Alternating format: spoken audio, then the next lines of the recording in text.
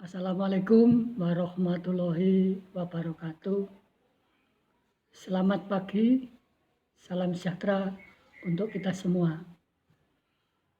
Anak-anakku, alhamdulillah kita bisa bertemu lagi dengan pelajaran bahasa Indonesia.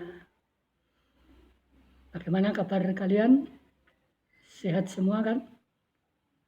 Mudah-mudahan semuanya diberikan kesehatan oleh Allah Subhanahu wa taala dan dikuatkan imannya sehingga kita setiap hari masih bisa melihat wajah Bapak Ibu guru walaupun hanya melalui internet seperti saat ini.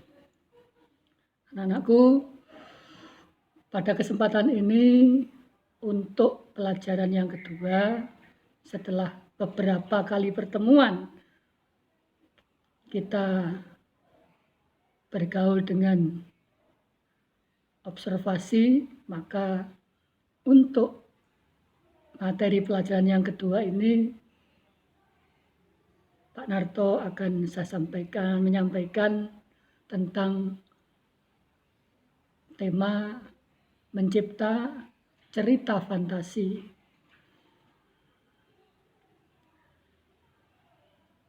Coba kalian persiapkan benar-benar alat tulis di depan kalian. Mungkin perlu kalian tulis bersamaan dengan mendengarkan apa yang disampaikan oleh Pak Narto ini. Oke, sudah mulai? Mari Pak Narto mulai. Berbicara soal cerita fantasi, maka kita perlu mengerti dulu tentang apa itu cerita fantasi. Nanti dalam pelajaran kedua ini, Pak Narto akan memberikan 6 sub materi. Yang pertama adalah pengertian dan jenis cerita fantasi. Yang kedua, ciri cerita fantasi. Yang ketiga, unsur-unsur cerita fantasi. Sementara yang keempat adalah menceritakan kembali cerita fantasi. Yang kelima, menyusun cerita fantasi. Dan saya selipkan untuk yang keenam adalah pemakaian huruf kapital dan tanda baca. Anak-anak, untuk penjelasan pertama, mari silahkan disimak baik-baik. A. Pengertian dan jenis cerita fantasi.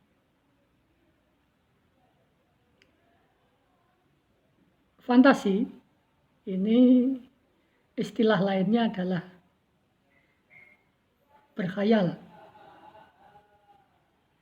Ya, berkhayal. Memikirkan sesuatu yang belum pasti atau tidak pasti. Oleh karenanya, cerita fantasi merupakan kumpulan cerita tentang peristiwa sesuai urutan waktu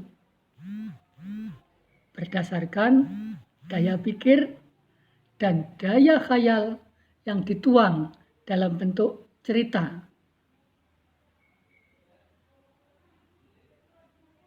Jadi seorang pengarang itu pada waktu dia menulis bisa berangkat dari fakta yang ada atau hal-hal yang nyata, bisa juga berangkat dari hal-hal rekaan atau pemikiran pengarang semata, hal-hal yang tidak masuk akal atau hal-hal yang kurang masuk akal.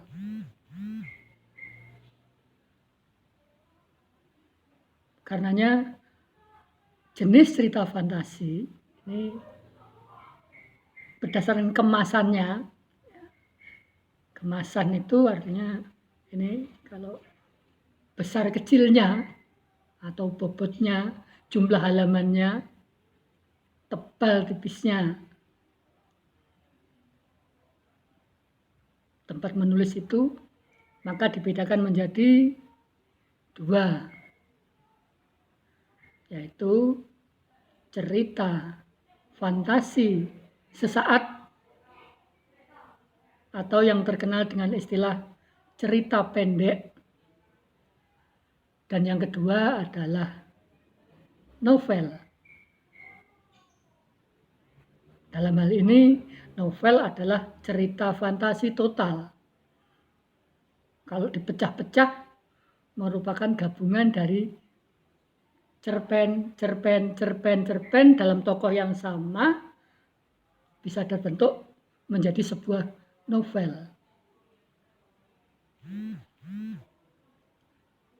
Anak-anakku, di depan sudah Pak Narto sampaikan bahwa seorang pengarang atau penulis cerita bisa menulis cerita itu atas dasar fakta yang ada atau atas dasar pemikiran semata.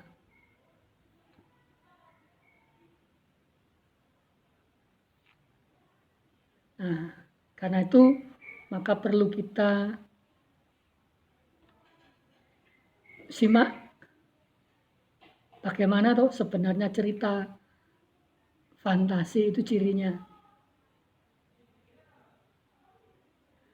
Ciri yang pertama, ada keajaiban atau keanehan atau kemisteriusan yang tidak ditemui di dunia nyata. Nah, kalian mungkin ingat cerita Upin Ipin misalnya. Itu di dunia nyata belum tentu ada. Apakah itu tempatnya, apakah itu pelakunya, belum tentu ada. Diceritakan, difilmkan dengan kemasan Upin Ipin, termasuk cerita fantasi. Jadi yang namanya tokoh Upin dalam dunia nyata bisa jadi tidak ada.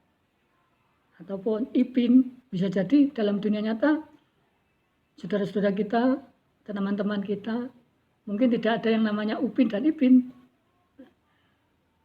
Artinya ketika pengarang itu menulis cerita itu bisa jadi hanya berdasarkan angan-angan. Ada tokoh Upin, tokoh tak kasih nama Ipin, ya, gitu.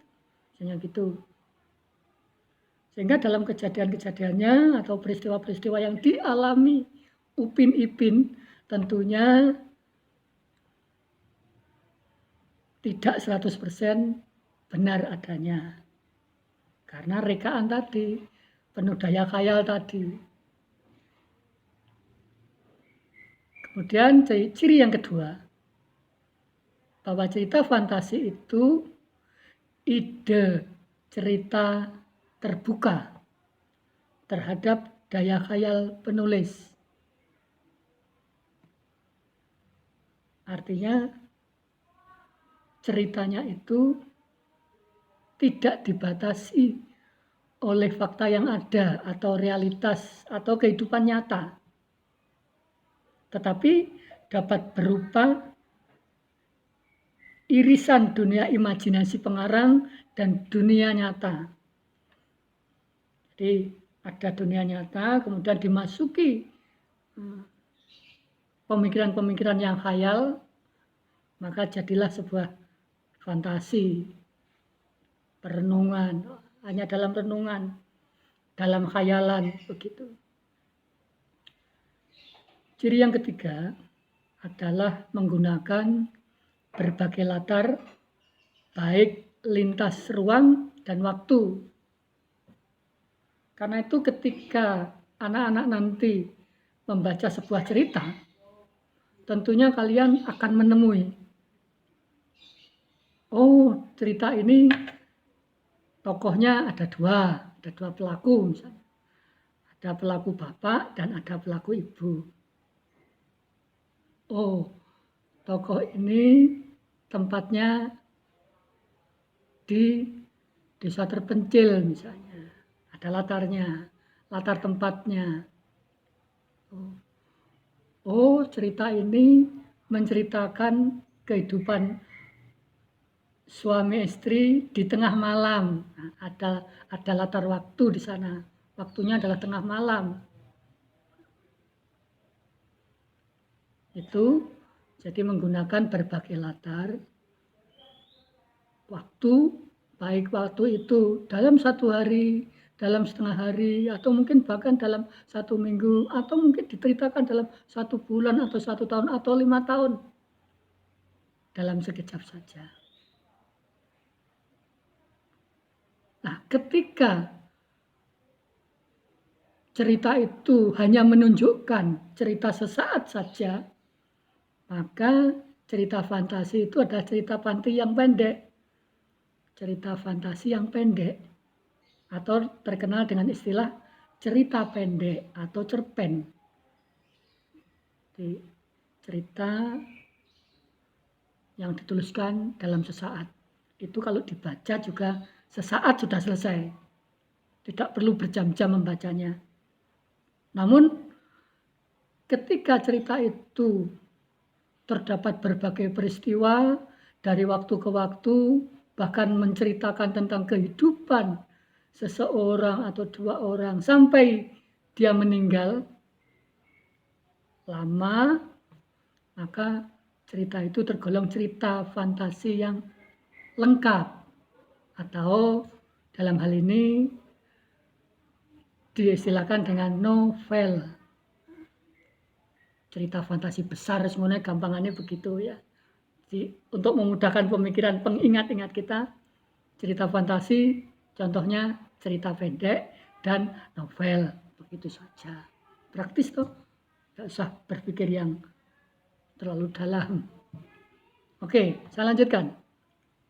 Yang keempat, tokoh dalam cerita fantasi ini memiliki watak dan ciri yang unik yang tidak ada dalam kehidupan sehari-hari. Kalau di kehidupan sehari-hari jelas, kalian wataknya ya seperti itu. Teman kalian wataknya ya seperti itu. Penolong, itu, menghormati sesama. Ada yang halus. Adakah sekarang orang yang bisa terbang? Tidak ada ya.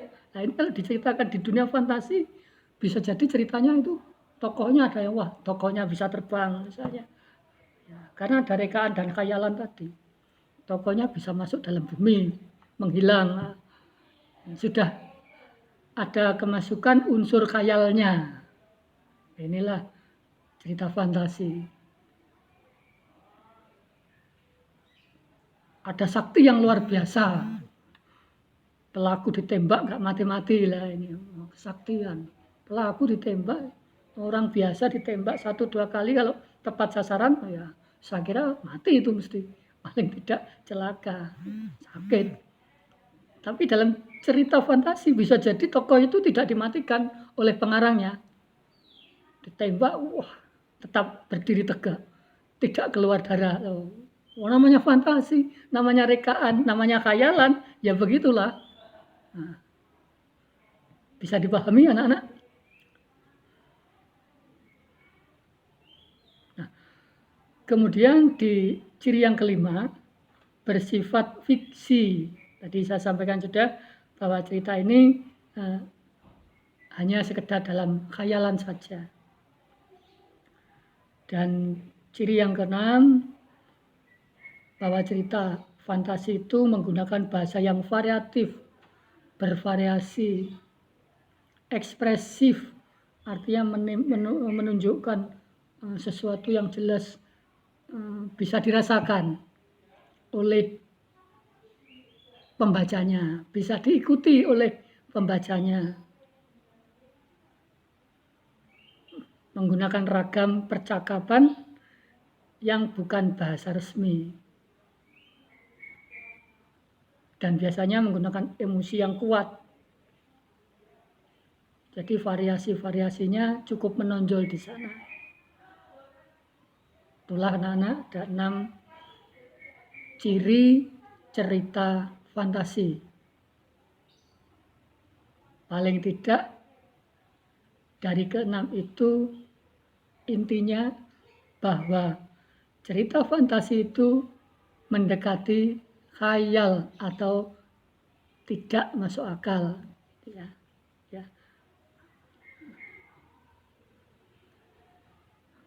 Nah, anak-anak, berikutnya setelah penjelasan ini nanti kalian coba mengunjungi HHTP ini, mengunjungi channel ini,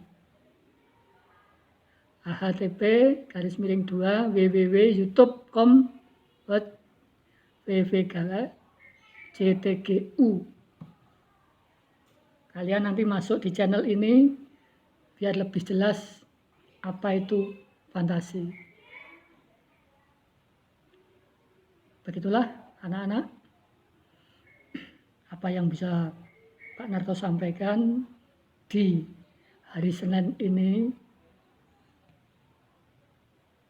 Mudah-mudahan sebagai pembuka dari keterangan-keterangan berikutnya bisa dinikmati. Saya tekankan lagi, saya ulangi bahwa cerita fantasi adalah hasil dari perenungan pengarang, khayalan pengarang, lebih banyak tidak berdasarkan fakta. Bisa dipahami? Oke, terima kasih. Saya yakin kalian dimanapun berada dalam satu kecamatan Pace atau mungkin bahkan lebih, ada yang temannya di luar kecamatan Pace, mudah-mudahan bisa menangkap siaran saya untuk selanjutnya memperdalam sendiri di channel ini.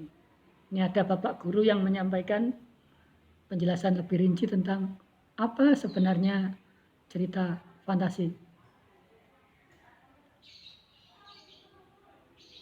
Saya yakin setelah kalian mendengarkan atau menyimak hal-hal yang berkaitan dengan cerita fantasi, dari sekian ratus murid pasti ada yang tertarik untuk menulis cerita fantasi itu. Siapa yang harus menjadi tokoh dalam cerita fantasi? Kalian bisa. Orang lain bisa. Orang lain lagi bisa. Artinya orang-orang yang Anda cipta sebagai khayal, hasil berkhayal. Semuanya bisa. Itu anak-anak. Jika nanti ada pertanyaan, silakan dikirimkan ke grup Bahasa Indonesia di kelas masing-masing, di kelompok masing-masing. Misalnya kelas 7H bertanya ya lewat kelas 7H Bahasa Indonesia. 7I demikian juga lewat Bahasa Indonesia 7I. Begitupun kelas 7 yang lain.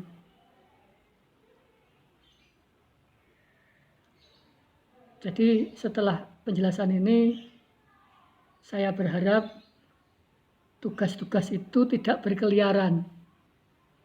Artinya jawaban dari hasil tugas, atau mungkin kalau memfoto hasil tugas, masuknya juga di grup kelas masing-masing.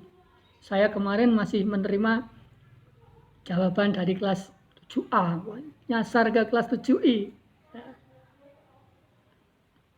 Saya harapkan setelah ini tidak ada jawaban yang nyasar.